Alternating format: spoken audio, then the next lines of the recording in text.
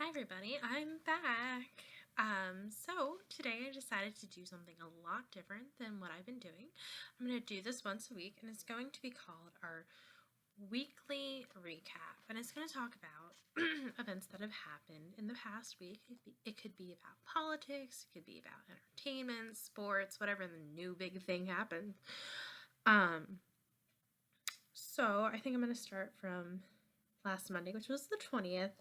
I actually don't know what happened on what date, but there's just a bunch of things that has been happening, and some stuff I'll just recall to you, and some stuff I'll have my little anecdotes. So I actually have a list here. I'm actually kind of nerdy. I started doing this at work because I got a couple of minutes to regroup myself, and I wanted to just talk about what's been happening in the world, or rather America.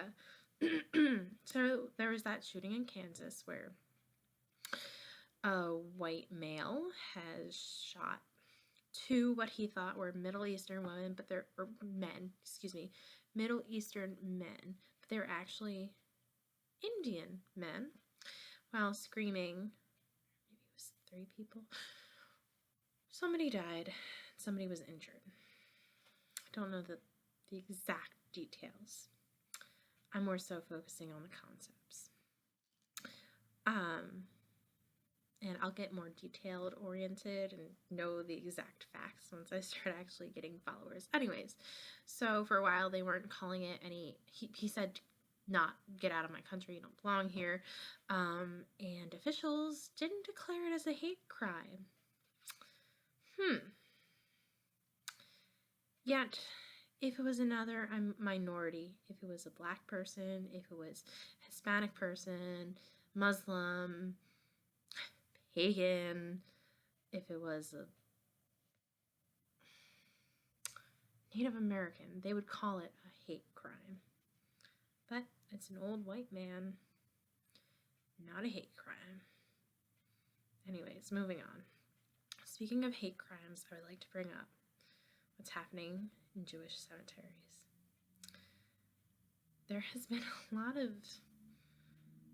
vandalism and defiling of Jewish tombstones and headstones in cemeteries across the United States, and including my hometown, Philly.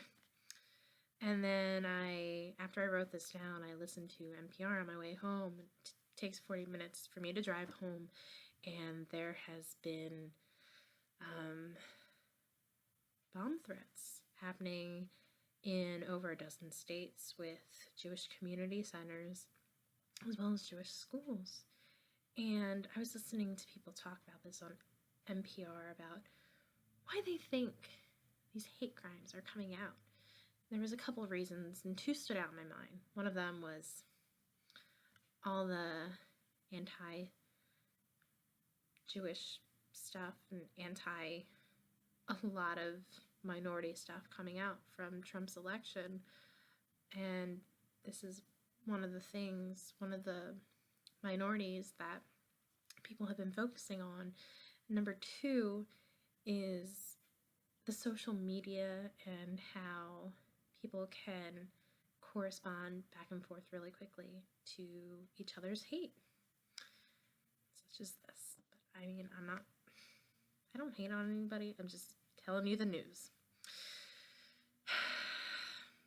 I wish that was it.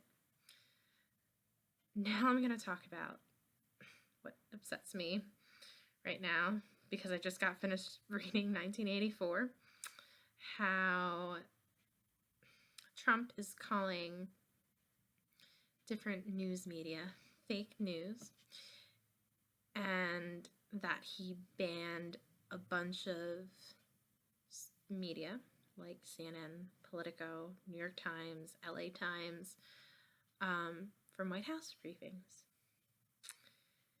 And I'd like to talk about 1984 and literature and dystopian novels, which has been my fascination recently. But it's just, after finishing 1984, the fact that he's trying to control the media scares me just a little bit. Anyways, moving on. Trump's also skipping the correspondence dinner. It's the first president to do that in 36 years. Yes, I know these facts because I have them written down here.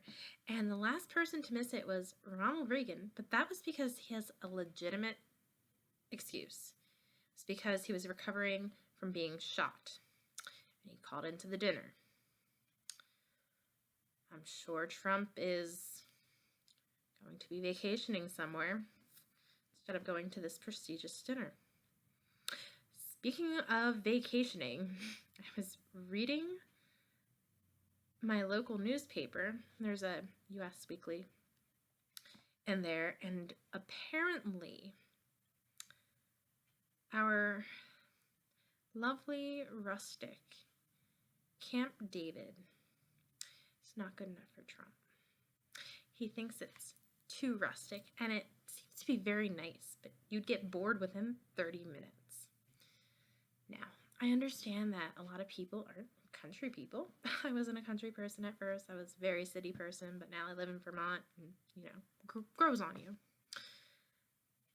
It's just a important and just, what's the word I'm looking for? It's not important, but it's like a mystical place of the president and where they go to vacation, and it's very secluded and, contemplative, and FDR hosted Churchill there, and president's daughter was married there, and it's very unique and heartwarming, and kind of offends me that he doesn't feel like it's good enough for him.